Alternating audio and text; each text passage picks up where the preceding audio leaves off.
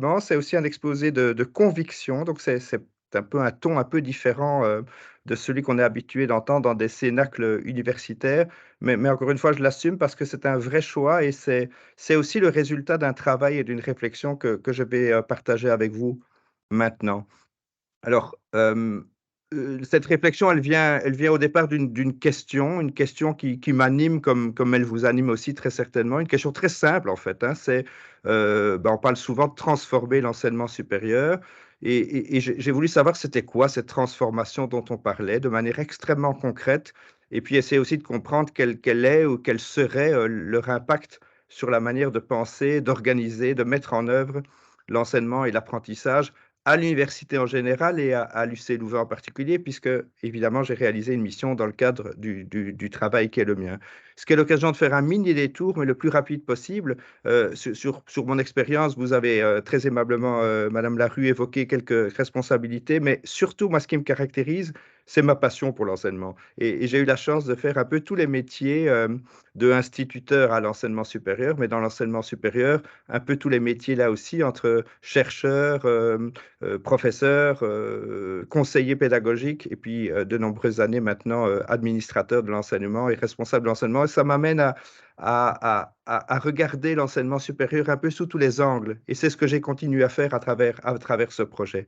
Alors le projet, je le raconte un peu pour l'anecdote, mais je crois que c'est amusant de le recontextualiser. Au fond, au mois de février 2020, donc remettons bien les dates en place, hein, vous allez vite comprendre. En février 2020, j'étais voir mon recteur, donc notre président d'université, en Belgique, on parle de recteur, en lui disant, ben voilà, j'adore ce que je fais, mais enfin, vient un peu le moment de se ressourcer, hein, sans parler vraiment d'année sabbatique. J'ai exprimé l'idée de faire une mission un peu de découverte et de rencontre vers des institutions, vers des personnes que je connaissais ou que je ne connaissais pas selon les cas, pour essayer de tenter de répondre à cette question. Et on s'est donné rendez-vous le 9 mars 2020 pour organiser tout cela, mais au moment où je suis monté dans son bureau pour organiser tout cela, le 9 mars 2020, on venait de découvrir qu'il y avait un autre sujet qui allait nous préoccuper pendant quelques années. C'était évidemment le confinement qui a commencé le lendemain chez nous. Donc évidemment que ce projet s'est arrêté,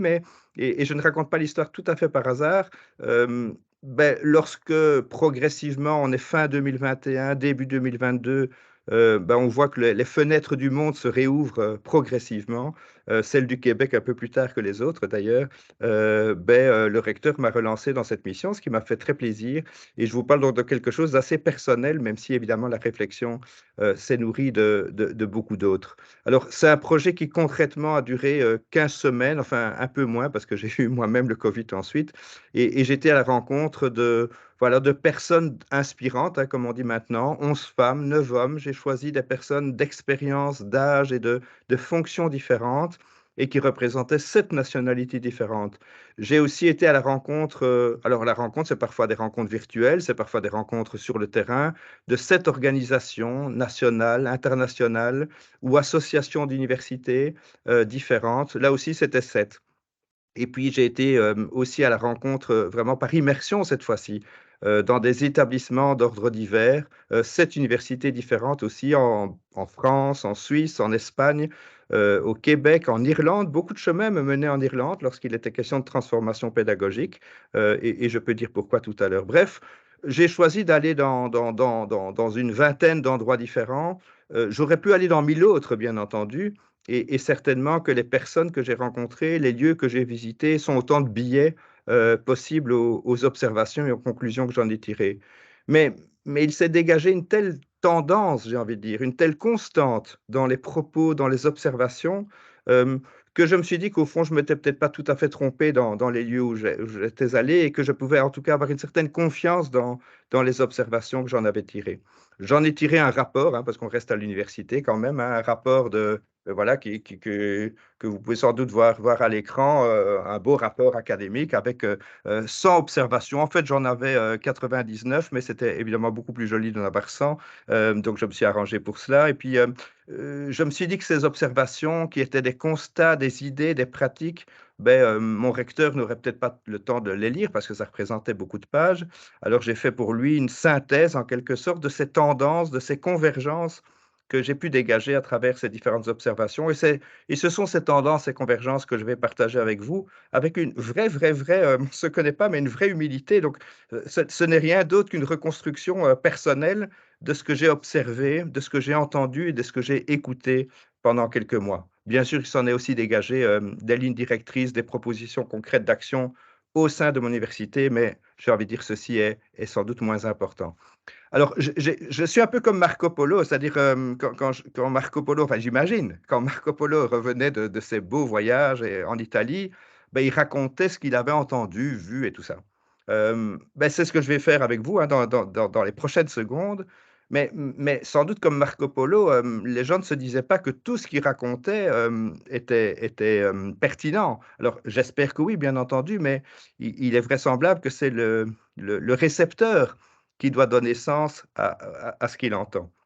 Et puis j'imagine aussi que c'est pas parce que Marco Polo leur disait que les Chinois faisaient quelque chose, que tous les Italiens ou les Européens pensaient qu'il fallait faire la même chose, hein, mais voilà, c'est un petit peu ça, c'est au fond, qu'est-ce que j'ai pu voir, qu'est-ce que j'ai pu entendre, lire, et c'est ce que j'ai essayé de résumer sous la forme de 10 messages changemakers, que j'ai appelé changemakers pour induire vraiment un message clair, qui est un message de changement et de changement en profondeur.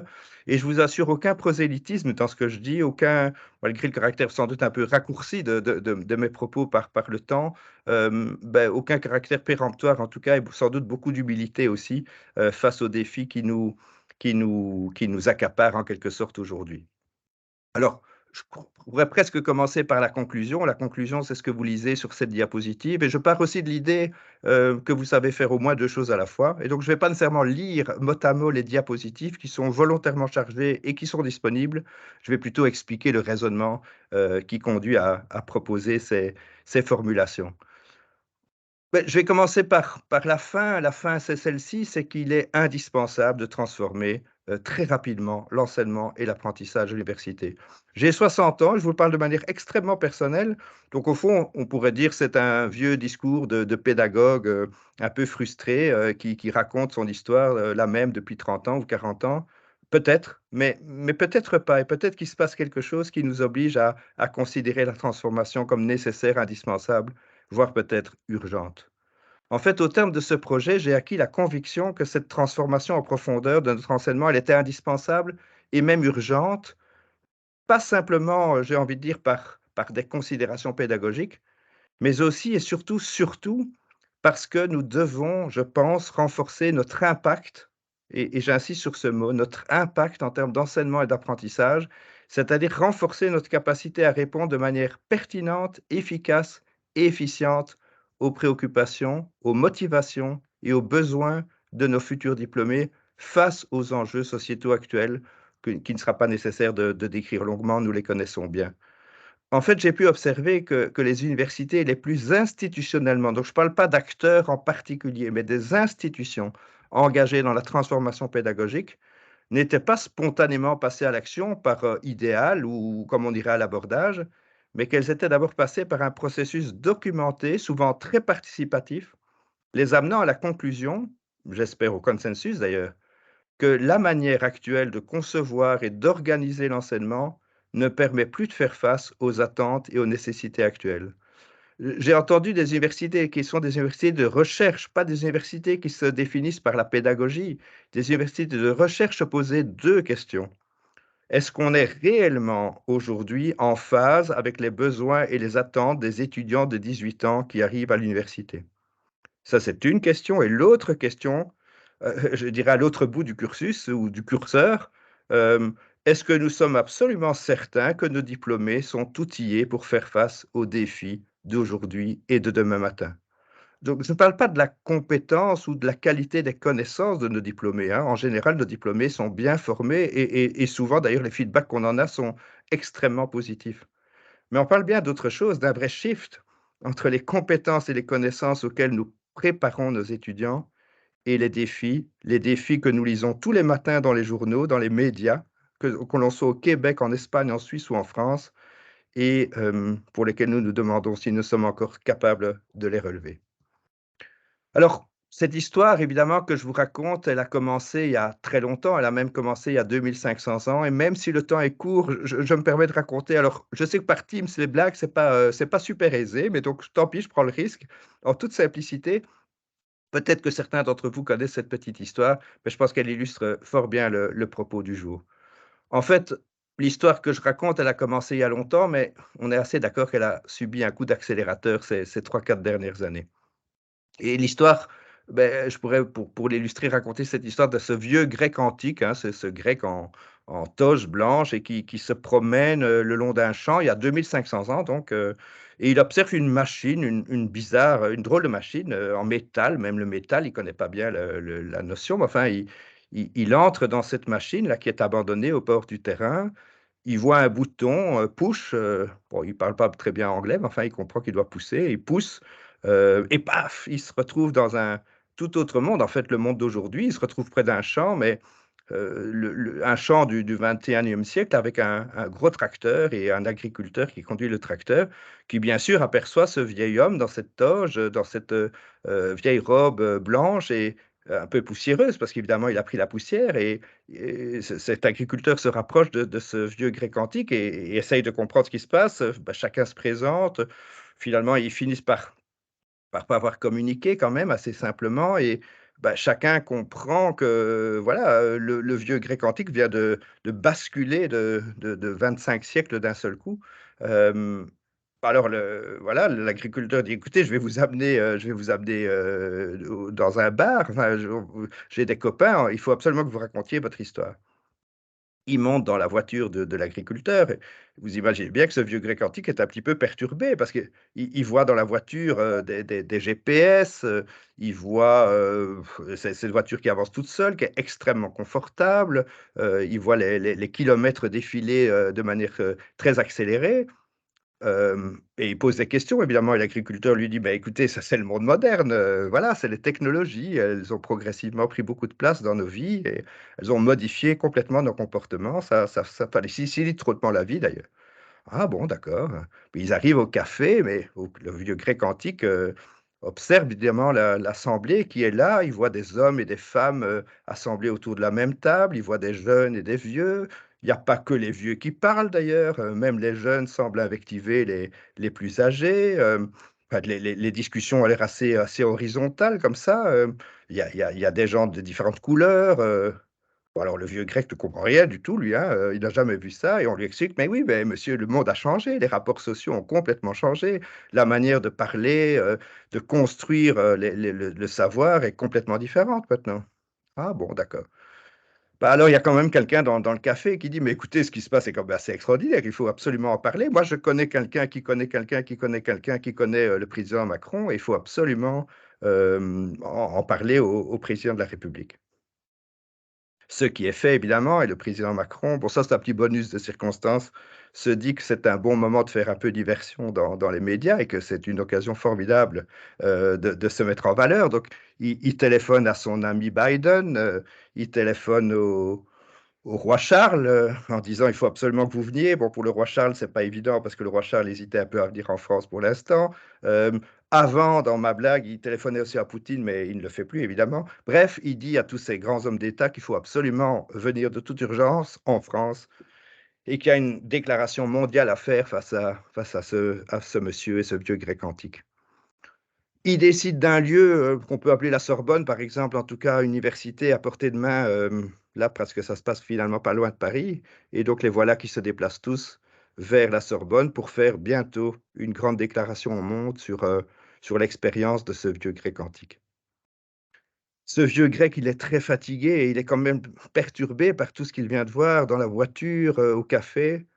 Et il s'approche un petit peu fatigué, il faut le reconnaître, pour entrer dans l'amphithéâtre de la Sorbonne et pourtant curieusement, juste au moment d'entrer dans l'amphithéâtre, le voilà qui se détend. Alors tout le monde s'étonne un peu et dit: «Mais oui, mais ici je connais, rien n'a changé».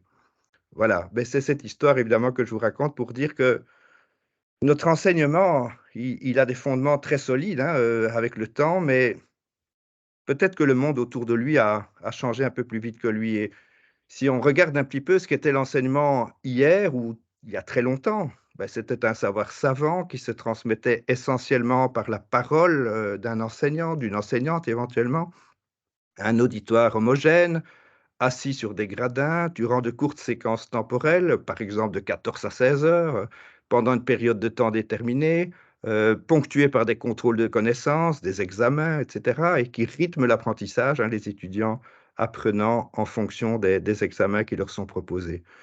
Ben, vous reconnaîtrez, et il n'y a aucun propos cynique dans ce que je dis, vous reconnaîtrez que, au fond, cette structure de l'enseignement, ben, elle est toujours d'actualité aujourd'hui. La question n'étant pas de savoir si elle est bonne ou mauvaise, puisque au fond, elle a pas mal fonctionné pendant quelques siècles. La question étant de savoir si elle est encore pertinente aujourd'hui.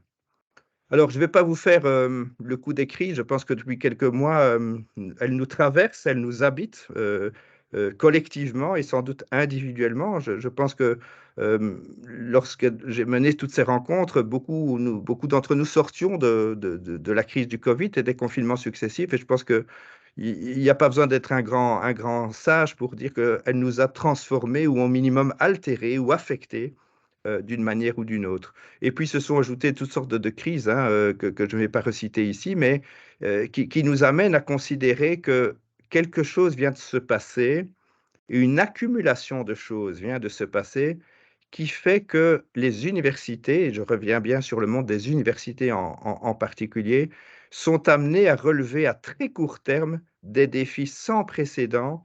Et je pense qu'il se passe aujourd'hui dans les universités des actions qui n'existaient pas il y a quelques années, par exemple par rapport à la transition climatique. J'ai vu que toutes les universités que j'ai rencontrées sont engagées dans ce type d'enjeux. Toutes les universités sont traversées par des questions de démocratie, par exemple, pour prendre deux exemples parmi tous ceux qui se figurent sur cette diapositive.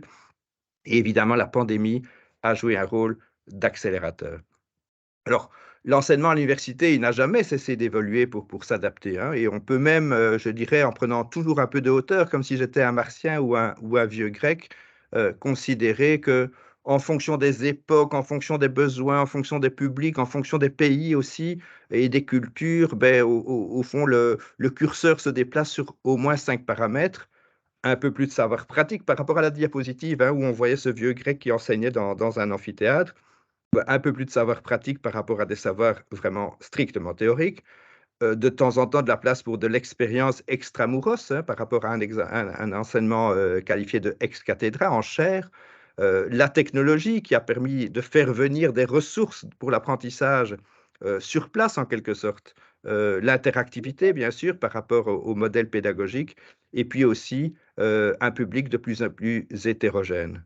Tout ça, on sait, tout ça, on connaît, et tout ça, on pratique au fond depuis de nombreuses années. Mais ce qui semble différencier cette époque des précédentes, c'est que tout change en même temps, partout et très vite.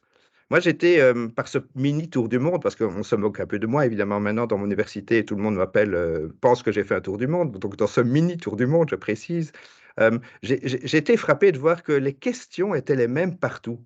Ce que je croyais être des questions belges, des questions francophones, elles se posent en Espagne, elles se posent en Irlande. Ce que je croyais être des questions européennes, elles se posaient au Canada. Et j'ai observé aussi que au fond, ce qui avait changé en 20 ans ou en 30 ans, c'est que nous avons une excellente connaissance et extrêmement rapide de ce qui se passe chez les autres. C'est-à-dire que nous discutions à Ottawa ou à Laval de discussions ou de sujets qui étaient en cours dans mon université ou dans une université française, par exemple. Autrement dit, nous sommes interreliés, ce qui n'est pas vraiment une découverte. Il n'y a d'ailleurs aucune découverte dans tout ce que je présente, hein, simplement une observation. Et ce qui nous reliait avant le Covid, hein, à travers la mobilité, les enjeux de mobilité internationale, par exemple, euh, enfin, je veux dire, c'est transformé pour moi dans le regard que j'ai posé en sentiment que nous vivions les mêmes réalités et les mêmes défis.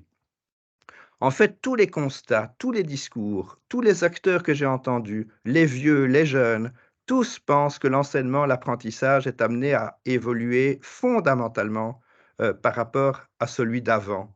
Alors, la période d'avant, je ne sais pas exactement quand elle a commencé, je ne sais pas exactement quand elle a fini, et ça dépend sans doute un peu de nos rapports générationnels, mais certainement qu'en Europe, en France, en Belgique notamment, on a suivi un peu les mêmes rythmes sociologiques, on peut dire.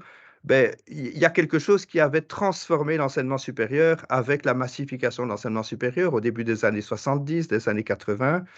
Et cette période-là, elle est aujourd'hui en difficulté, elle est aujourd'hui en choc culturel avec l'arrivée du numérique. Alors ce monde d'avant, il n'est pas encore tout à fait fini, hein, et il ressemble d'ailleurs encore beaucoup au monde présent. Et tout ça pourrait nous amener à penser qu'au fond, une transition en douceur est possible, euh, puisqu'on peut évoluer lentement. Mais ce que j'ai vu, ce que j'ai entendu et ce que je crois aujourd'hui, c'est que les enjeux sociétaux et les injonctions que nous recevons tous de la société en général, qu'elles soient politiques, économiques ou autres, nous amènent à questionner l'adéquation des réponses que l'université donne aujourd'hui aux demandes qui nous sont adressées de toutes parts. Je ne vous cache pas que quand j'évoquais les questions sur la pertinence et l'adéquation de nos formations aujourd'hui par rapport aux attentes des jeunes d'une part et aux besoins de la société d'autre part, je ne vous cache pas que si on se posait la question, on la connaîtrait sans doute, la réponse. Et que c'est peut-être le fait de connaître cette réponse et de ne pas oser se l'avouer qui doit nous amener à accepter de questionner nos croyances aujourd'hui. Et c'est uniquement d'ailleurs le sens de mon propos. Parce qu'encore une fois, hein, les finalités de l'enseignement supérieur, les compétences visées, les attentes des étudiants, l'efficacité des dispositifs pédagogiques, etc., toutes ces questions, on se les pose à chaque époque et c'est très bien ainsi et nous donnons des réponses plus ou moins appropriées à chaque époque. Mais ce n'est pas tant les questions donc, qui ont changé, mais c'est vraisemblablement la manière dont nous devons y répondre. Et c'est donc tout cela qui a, en quelque sorte, animé mes conversations avec ces différentes personnes autour d'une grille d'analyse que je ne vous présente pas parce qu'elle était extrêmement longue. C'est-à-dire que j'y ai mis en gros tous les sujets du monde sur l'enseignement supérieur, bien entendu, et je voulais que les personnes s'expriment. Et je n'ai pas voulu sélectionner en quelque sorte ce qui semblait plus important ou moins important à mes interlocuteurs. Par exemple, il a été peu question des langues, de la place des langues dans l'enseignement supérieur, alors que c'est une question qui me préoccupe beaucoup dans le cadre de mes fonctions actuelles. Ben, tout simplement parce que le sujet n'est pas venu sur la table. Donc, je veux dire par là qu'évidemment, ce que j'ai abordé et ce que je vous présente dans les secondes qui viennent n'est pas exhaustif, hein, mais reflète un état d'esprit d'un moment donné, ce moment à situer entre mai et juillet 2022, autour de ces 10 thématiques-là que vous voyez à l'écran. Alors, comme mon recteur est un homme pressé, puisqu'il est bien sûr un recteur, ben, il m'a demandé, évidemment, après avoir lu attentivement tout ce que je vais vous présenter dans les secondes qui viennent, ben, il m'a dit, tu peux pas tenir ça en 2 pages. Bon, alors j'ai fait mieux, une page, et c'est évidemment ces 10 messages Changemakers qui se retrouvent ici. Je ne les lis même pas parce que je vais les parcourir avec vous dans les instants qui suivent. Hop, voilà. Première réflexion, premier axe de réflexion, les finalités de la formation universitaire. Alors, je me dois de refaire évidemment une petite précaution oratoire. Ce que je vais dire est d'ordre très général. Donc, comme toute généralité, il est fort probable que vous vous disiez que c'est peut-être pas approprié à votre contexte, que vous le savez déjà, que c'est pas pertinent, que sais-je encore. Bien entendu, il y a toutes sortes de particularités possibles. Bien entendu, le Québec, c'est pas la France, c'est pas la Suisse. Mais encore une fois, j'ai essayé de relever ce qui était de l'ordre des tendances, des convergences, et j'ai plutôt été frappé par le fait que du côté des convergences, il y avait beaucoup de choses, et du côté des divergences, beaucoup moins. Ce qui me frappe, c'est que, au fond, puisqu'on est à l'IPU, on peut le dire, je pense que depuis 20 ans ou 30 ans, moi-même je suis psychopédagogue de formation, ben, le concept de student-centered, de learning-centered est au cœur d'un peu de toutes nos politiques et de nos pratiques pédagogiques, hein, renforcer la place de l'apprentissage, renforcer la place de l'étudiant, et je vais évidemment pas vous dire de faire l'inverse. Mais ce qui m'a frappé, c'est que ces dernières années, et ça se trouve dans les cursus, ça se trouve dans les pages web des universités. La préoccupation se déplace progressivement, non pas seulement sur l'étudiant en tant qu'étudiant ou apprenant, mais bien l'étudiant en tant que personne. Je le vois à travers l'offre de services qui est proposée par les institutions, mais aussi par l'attente que les étudiants et que les jeunes adressent aux institutions. J'y reviendrai. Autrement dit, c'est comme si on remplaçait la formation académique, même dans sa conception la plus large, par une notion de développement global.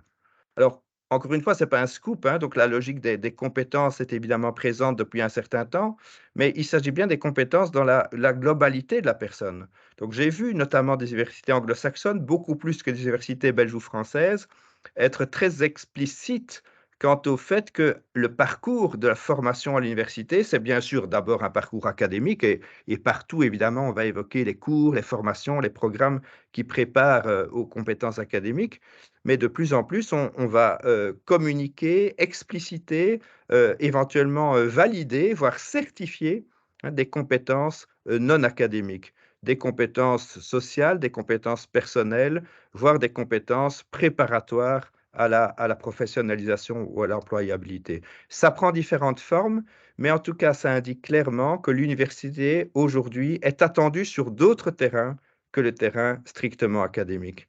Alors, moi, je suis un académique, donc j'apprécie beaucoup de trouver ce qui fait notre spécificité, bien entendu. Et notre spécificité, ça reste bien entendu de donner une valeur ajoutée par le biais des connaissances, par le biais des ressources. L'université fait d'ailleurs ça fort bien en général, hein. Je pense que nous enseignons bien de manière générale des connaissances et des compétences de haut niveau. Mais si on réfléchit sous l'angle d'une formation plus globale, évidemment, il est plus important qu'hier de permettre à l'étudiant de faire connaissance. Alors faire connaissance, c'est faire expérience, hein, et on voit l'émergence de pratiques de l'expérientiel qui sont très fréquentes, encore une fois, dans certaines, universités anglo-saxonnes et hispanophones et beaucoup moins dans le contexte francophone. Faire connaissance, c'est l'expérientiel, faire connaissance, c'est l'interactivité et faire connaissance, c'est aussi faire connaissance avec la recherche. J'y reviens dans la diapositive suivante. Alors, non, peut-être la recherche, peut-être encore un mot. Là, je pense que les universités, tous, toutes autour de la table virtuelle qui est la nôtre ici, ben, on aurait, je dirais, beaucoup de facilité à dire que notre enseignement est guidé par la recherche. Mais parlons tout à fait franchement pendant quelques secondes. Est-ce qu'on peut en faire la démonstration? Est-ce que beaucoup de nos étudiants de première année, de deuxième année, hein, de licence en France, de baccalauréat en Belgique ou en Suisse, font l'expérience de la recherche?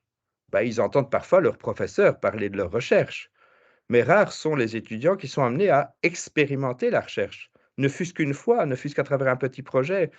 Donc, autrement dit, la formation par la recherche, pour beaucoup d'étudiants, dans le monde en tout cas francophone et dans le monde européen en particulier, sont amenés à faire l'expérience de la recherche extrêmement tardivement. Là où d'autres modèles pédagogiques, par exemple, qui privilégient l'expérience par la pratique, des dispositifs beaucoup professionnalisants, hein, confrontent l'étudiant à une réalité beaucoup plus immédiate. Donc il y a quelque chose à faire qui est de l'ordre de rapprocher la recherche de l'expérience, de formation, mais j'y reviens dans quelques secondes. À partir du moment où cette formation plus globale, plus expérientielle, constitue évidemment une forme de réponse à la prise en compte de besoins ou d'attentes qu'expriment les étudiants, évidemment, il faut réfléchir à notre manière d'enseigner. Mais le comment enseigner, en fait, nous a beaucoup préoccupés ces dernières années. Bien avant le Covid, hein, où nous avons tous, de manière générale, beaucoup progressé avec les technopédagogies, avec, l'accompagnement pédagogique sur le comment enseigner. J'observe, j'ai entendu, j'ai constaté que, au fond, nos étudiants sont sans doute un peu comme nous d'ailleurs. Aujourd'hui, beaucoup de jeunes de 18, 25 ans, tout ça est assez acquis maintenant, hein, attendent autre chose de l'université. Attendent non pas simplement du comment enseigner ou comment apprendre, mais du pourquoi apprendre. Nous observons chez nous pour l'instant des phénomènes de décrochage ou de risque de décrochage que nous n'observions pas auparavant. Nous observons beaucoup d'étudiants qui prolongent leurs études, sans doute pour des raisons, j'ai envie de dire de report et du fait de différer l'entrée dans une vie professionnelle qui leur semble un peu vide de sens. Nous observons chez nous énormément d'étudiants qui, après le doctorat, hem, questionnent pour la première fois, leur projet de vie, leur projet professionnel. Comme si là aussi les questions de sens et du pourquoi étaient reportées et différées. Alors, chez nous, quand j'ai dit chez nous, c'est dans l'université pour être, très authentique et très contextuel avec les difficultés qu'on rencontre, avec les questions qu'on se pose. Mais ces questions, j'ai observé qu'elles se posaient ailleurs et j'ai pu observer qu'évidemment une réponse par rapport à cette question du sens, beaucoup d'entre nous la trouvaient à travers le lien avec les enjeux de la transition et de la transition climatique en particulier, et notamment par le biais de l'éducation à la soutenabilité.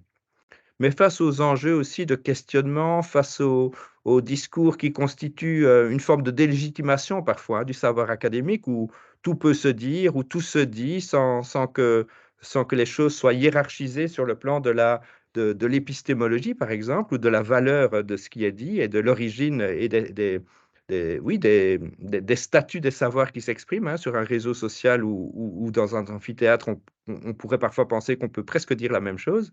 Beh, c'est peut-être par le biais de la démarche scientifique, par le renforcement de l'expérience de la démarche scientifique à laquelle je faisais allusion il y a quelques instants, que l'université dans sa caractéristique, dans sa constitution, peut sans doute apporter, une vraie plus-value. On entend un peu partout le besoin de formation à l'esprit critique et je pense qu'il n'y a pas besoin d'en faire la démonstration. Il est possible que la réponse à l'esprit critique s'appelle la démarche scientifique. Alors, voilà, c'était la 3e considération et j'essaie bien sûr d'aller relativement vite. Autre observation qui m'a frappé parce que je pensais que c'était un phénomène, très actuel, en Belgique et j'ai pu constater qu'il était actuel, mais qu'il était, très international, c'est que la commande sociale à l'égard de la formation universitaire augmente sans cesse. Alors, je parle ici comme un ancien et je m'en excuse, mais au fond, si on écoutait tout ce que la société en général attend de l'université, et le formule depuis quelques années, hein, je pourrais lister, la formation aux compétences du métier d'étudiant, les compétences en employabilité, l'interculturalité, le numérique, les langues, la formation à la recherche dont je viens de parler moi-même, les soft skills, et aujourd'hui, la sensibilisation, l'outillage face aux enjeux société. Enfin, tout ça s'ajoute aux compétences disciplinaires qui étaient à l'époque, le seul socle ou le socle quasiment principal de la formation universitaire, sans parler du fait que ces compétences disciplinaires sont de plus en plus pointues, sans parler non plus de tout ce qui est le upgrading, le upskilling des compétences des personnes déjà diplômées. Donc, en quelque sorte, et je résume, on a l'impression que, chaque jour, chaque année, il faudrait rajouter des contenus et du temps de formation à la formation. Et en fait, c'est ce que nous faisons depuis quelques dizaines d'années. Depuis quelques dizaines d'années, la formation initiale à l'université consiste à ajouter toujours plus de temps.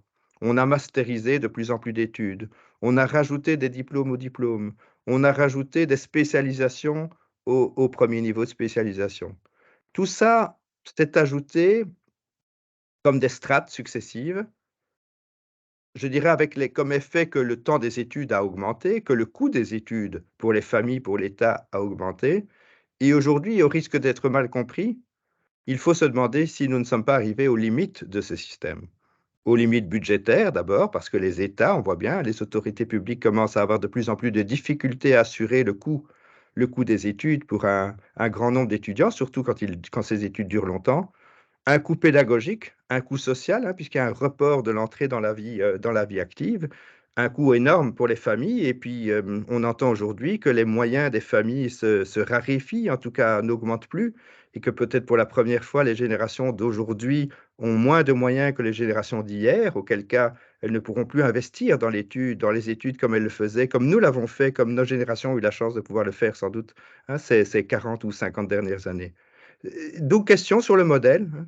Devons-nous aujourd'hui donner comme réponse aux besoins qui augmentent sans cesse de compétences et aux besoins thématiques divers à traiter, devons-nous donner comme réponse encore une augmentation de la durée des études? Et il est vraisemblable que la réponse à cette question soit non. Alors on voit hein, ici par là, et je pense à Didier Paclin et à d'autres collègues qui font des propositions formidables en termes de modularisation, de flexibilisation. Mais demain, et sans doute après-demain plus qu'aujourd'hui, c'est sans doute par une logique cumulative de formation courte, donc pas nécessairement de la formation continue, mais différentes formations initiales qui permettent à l'étudiant et au travailleur ensuite de modifier sa trajectoire de formation qu'il faudra réfléchir en termes curriculaires. Alors, tout ça nous amène évidemment à questionner aussi les pratiques pédagogiques à l'université. Et là, je m'excuse aussi pour mes raccourcis de langage, parce que je sais qu'il existe évidemment des pratiques pédagogiques très diverses, d'une part, et aussi très diverses entre le Québec, par exemple, puisque je m'adresse ici à quelques collègues québécois, et ce qu'on trouverait dans des universités, on va dire, classiques en France ou en Belgique. Il n'empêche, je pense que nous venons tous de vivre quelque chose ces 3 dernières années, et quand je dis tous, c'est nous comme professeurs, mais c'est aussi nos étudiants, c'est aussi les familles de nos étudiants, c'est nos autorités, hein. Tout ce qui vient de se passer nous a amené à questionner en quelque sorte, en tout cas à douter d'une évidence, une évidence qui ne se discutait même pas auparavant, l'évidence que le présentiel ou la présence physique des étudiants et des enseignants est en soi d'un gain ou d'un bénéfice qui n'a pas d'équivalent. Aujourd'hui, nos étudiants, nos professeurs sont amenés à se questionner parfois sur la réelle plus-value, sur le rapport coût-bénéfice de leur coprésence physique. Ça prend alors différentes formes. Ça prend la forme d'enseignants qui ne se déplacent plus, même si nous leur avons donné au sein d'une institution comme la nôtre, par exemple, l'injonction de le faire. Ça nous donne des étudiants qui revendiquent en quelque sorte que les cours continuent à être en distanciel parce que, pour différentes raisons personnelles, organisationnelles, matérielles ou autres, ou écologiques parfois, la question de la distance est posée comme un postulat de départ. Euh, et j'aime bien insister là-dessus parce que ce sont des questions qui ne se posaient même pas il y a 4 ou 5 ans. Et puis nos autorités commencent aussi à réfléchir en termes, là aussi, économiques éventuellement, organisationnels. Ça peut toucher au statut des professeurs. Je sais que beaucoup de professeurs sont inquiets aussi par rapport à ces nouveaux comportements, à ces nouvelles manières d'organiser l'enseignement. Ce qui à l'époque était ou marginal ou exceptionnel devient aujourd'hui non pas encore une norme, mais en tout cas tout sauf une évidence. Alors oui, l'évidence, c'est qu'il va falloir hybrider, et je pense que nous le faisons de manière accélérée ces 3, 4 dernières années, nos enseignements. Mais je voudrais insister sur le fait que l'hybridation, elle n'est pas seulement numérique. L'hybridation, c'est aussi évidemment une hybridation entre théorie et pratique. L'hybridation, c'est aussi notre capacité à faire voyager l'étudiant entre ce qui se passe à l'université et ce qui se passe en dehors de l'université. Et l'hybridation, c'est aussi évidemment une combinaison de dynamiques individuelles et collectives. J'étais très frappé en écoutant parce que comme j'ai eu l'occasion et la chance de pouvoir écouter et de prendre le temps d'écouter différents points de vue, au fond que d'un individu à l'autre, le rapport à ce présentiel est extrêmement différent. Donc il est extrêmement difficile d'en tirer une conclusion et une généralité en termes organisationnels, par exemple. Et que certains évoquent, je vais en dire, des arguments qui touchent à leur vécu individuel, là où d'autres se situent par rapport à des pratiques collectives d'enseignement, de travail en groupe, par exemple, hein, qui a été tantôt affecté, tantôt amélioré grâce à des dispositifs hybrides. En tout cas, ce sont des éléments à considérer sans doute au moment de vouloir hybrider nos pratiques. Alors, l'étudiant, évidemment, il est au centre de mon propos, il est au centre de nos préoccupations, et il n'y a sans doute il n'y a sans doute jamais eu et il n'y aura sans doute jamais un étudiant type, bien entendu. Donc je m'en voudrais de caractériser l'étudiant d'aujourd'hui pour le différencier complètement, des étudiants d'hier. Mais malgré tout, il y a un certain nombre de caractéristiques qui semblent partagées par les étudiants actuels. C'est quelque chose qui m'a frappé aussi, ce que je pensais très contextuel, peut-être au contexte belge ou français que je connais bien pour avoir vraiment le plaisir de pouvoir aller régulièrement dans des universités françaises. Mais j'ai constaté que vous, les Québécois, vous en disiez la même chose. Alors, je ne pense pas qu'un jeune de 20 ans est universellement le même partout, mais visiblement, dans son rapport au savoir, il se passe des choses qui semblent aujourd'hui caractériser une forme d'époque.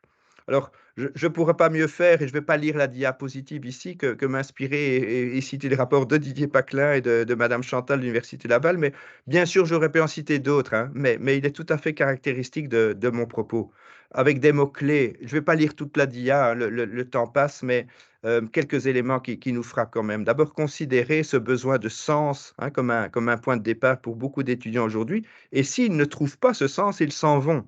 Soit dit en passant, je pense qu'on peut dire qu'on observe aujourd'hui la même chose pour beaucoup d'employés et de travailleurs hein, dans les entreprises et aussi dans les universités. Deuxième caractéristique sur laquelle je veux insister, c'est le rapport au numérique, hein. Il est tout sauf acquis, il est tout sauf conventionnel. En fait, jouer sur des jeux vidéo, utiliser les réseaux sociaux sont parfaitement maîtrisés, mais apprendre par le numérique ne l'est absolument pas. Et voilà, puisque je parle de représentations qui doivent évoluer, je n'aurais jamais imaginé, et je parle volontairement en termes de jeu pour parler de ma propre évolution, je n'aurais jamais imaginé que l'université ait comme fonction d'apprendre à utiliser les outils du numérique à nos étudiants. Aujourd'hui, je dois bien conclure exactement l'inverse et depuis 1 an maintenant, nos étudiants sont formés dans les tout premiers jours de l'université à utiliser des outils comme Moodle, comme Excel ou d'autres, en fonction des besoins spécifiques de leur discipline, pour pouvoir, au fond, disposer de la base de départ pour pouvoir, travailler avec ces outils du numérique. Et puis dernière caractéristique sur laquelle je voudrais insister, c'est que, ce qui caractérise peut-être beaucoup de jeunes d'aujourd'hui par rapport à l'université en tant qu'institution, pas seulement en tant que lieu d'enseignement, c'est une attente de soutien, une attente d'accompagnement. Beaucoup de jeunes attendent aujourd'hui, par rapport à des générations précédentes, au fond que l'institution peut-être ne résolve pas leurs problèmes, mais en tout cas les traite et les considère. Ce qui, je pense, désarçonne et déstabilise, beaucoup de nos universités en considérant que l'étudiant est un étudiant aujourd'hui qui, malgré ses apparences, a très peu de confiance en lui. Et c'est quelque chose auquel, en tant que psychopédagogue, je suis très sensible. Je pense que beaucoup de nos jeunes ont extrêmement peu de confiance en eux et que c'est peut-être une des missions principales que nous avons à faire par rapport aux enjeux sociétaux que j'évoquais en toile de fond de tout ce qui se dit à l'instant. C'est peut-être de ne pas casser le peu de confiance et peut-être aussi d'outiller nos étudiants qui sont des jeunes et des jeunes adultes pour leur donner suffisamment de confiance pour pouvoir aborder les défis de demain. Ça touche aussi à nos postures peut-être par rapport aux enjeux de la société d'aujourd'hui. Donc voilà tout ce que je voulais dire par rapport à ces attentes de l'étudiant qui sont difficiles à mesurer, qui sont difficiles à appréhender, mais je pense qu'aujourd'hui, et c'est ce que j'ai dit aux doyens chez nous en présentant le même exposé, en disant: «Évidemment, on peut considérer que les attentes de l'étudiant, c'est une espèce de black box et qu'on fait comme si on ne la connaissait pas, ou bien on peut accepter d'ouvrir cette boîte et de voir ce qui s'y passe et s'obliger à considérer cette réalité d'un public qui a très peu confiance en lui», par exemple et qui a besoin de connaissances et qui a besoin de reconnaissance, avec 2 mots-clés autour de cela aussi et je pense qu'il y a pas besoin de faire de longs débats, je crois que chacun reconnaîtra ce que j'évoque à travers ces 2 mots-clés. Hem, un besoin d'intégration, hein, qui s'exprime, sous différentes formes et un besoin d'intégrité, hein et on attend que l'institution d'aujourd'hui, elle soit intègre et elle soit cohérente par rapport aux questions, par exemple, de genre, par exemple, aux questions de discrimination, aux questions d'inclusion. Donc l'université a toujours été un lieu ouvert à ces questions. Je ne pense pas que ce soit vraiment une nouveauté en soi. Ce qui est nouveau peut-être, c'est qu'elle est attendue sur le terrain de la mise en pratique et pas simplement du discours académique. Donc ce sont des lieux de vie, les universités, et nos étudiants nous attendent sur ce terrain-là aussi et pas sur le terrain seulement de la du discours théorique et qui, bien sûr, fait notre spécificité. Donc accueillir la diversité étudiante. S der presque dernière, pas encore dernière, mais on se rapproche de la fin, rassurez-vous et je regarde l'heure. Considération et je vais pas m'étendre là-dessus, c'est qu'évidemment, oui, parce que évidemment je ne vous vois pas beaucoup, donc je ne vois pas tous les signes qui me disent que le temps passe trop vite, et je m'en excuse vraiment, mais ça va aller. On va garder 5 minutes pour les échanges. Nos universités sont peut-être plus qu'hier obligées ou amenées en tout cas à réfléchir de manière, systémique, c'est-à-dire travailler en partenariat avec l'écosystème. Alors l'écosystème, il est un lieu de ressources formidable, et il nous permet ou il devrait nous permettre d'augmenter notre potentiel de formation. J'ai vu des choses formidables, notamment en France, qui visent à développer en quelque sorte le potentiel de formation des étudiants par des formations qui accueillent des experts. Vous connaissez ça, on en connaît déjà, mais aussi par des formations qui vont à la recherche d'environnements d'apprentissage qui permettent de faire, une diversité d'expériences, des stages courts, des stages longs, des masters en alternance et des visites de terrain qui prennent des formes parfois extrêmement, enrichissantes. Alors tout ça nous amène aux ressources d'apprentissage et là aussi, j'ai vu des universités s'engager de manière tout à fait résolue, avec des moyens et des budgets tout à fait conséquents, dans une réflexion sur les infrastructures d'apprentissage en quelque sorte. Puisque nos modèles pédagogiques changeant, nous sommes amenés à revoir en quelque sorte nos métiers, nos services, et tout cela contribue évidemment à la transformation pédagogique. Et puis, c'est pour rester peut-être, presque dans la conclusion, évidemment, toutes ces transformations attendues, souhaitables, si on estime qu'elles sont souhaitables en tout cas, ne se font pas, d'elles-mêmes. Elles ne se décrètent pas et il est peut-être, il est p complètement irréaliste d'attendre des enseignants ou des étudiants, que par leur simple bonne volonté, en quelque sorte, cette transformation se réalise. Donc il y a des leviers institutionnels qui passent notamment par la professionnalisation du métier de conseillère ou de conseiller pédagogique, par peut-être, des moyens, supplémentaires consacrés à l'innovation ou à la mesure des effets de l'innovation également, aussi des logiques de mutualisation, de partenariat, par la dimension aussi de la veille stratégique et enfin parce que c'est lié à la culture académique par des démarches participatives.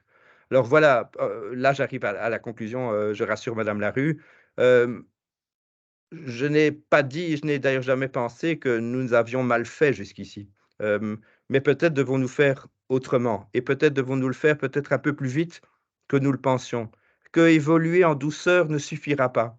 Alors j'ai relevé, la DIA est volontairement illisible, mais elle vous sera accessible. 20 lignes dans lesquelles j'ai vu des universités agir pour transformer. Donc c'est autant d'opportunités possibles. Il est sans doute impossible pour chacun de nous de saisir toutes les opportunités, mais il y a là 20 pistes pour nous transformer, qui méritent en tout cas d'être analysées. Et ce sera la toute dernière dia pour conclure. Bien sûr, quand on pense transformation, bien sûr, quand on pense pédagogie, on pense moyens. Hem, la question des moyens, elle existe, mais ma conclusion, au terme de ce petit séjour, c'était que peut-être qu'avant de chercher des moyens supplémentaires, que l'on consacre souvent à faire plus de la même chose, il était peut-être d'abord prioritaire de chercher à changer de représentation sur le but à atteindre. Voilà, je m'arrête.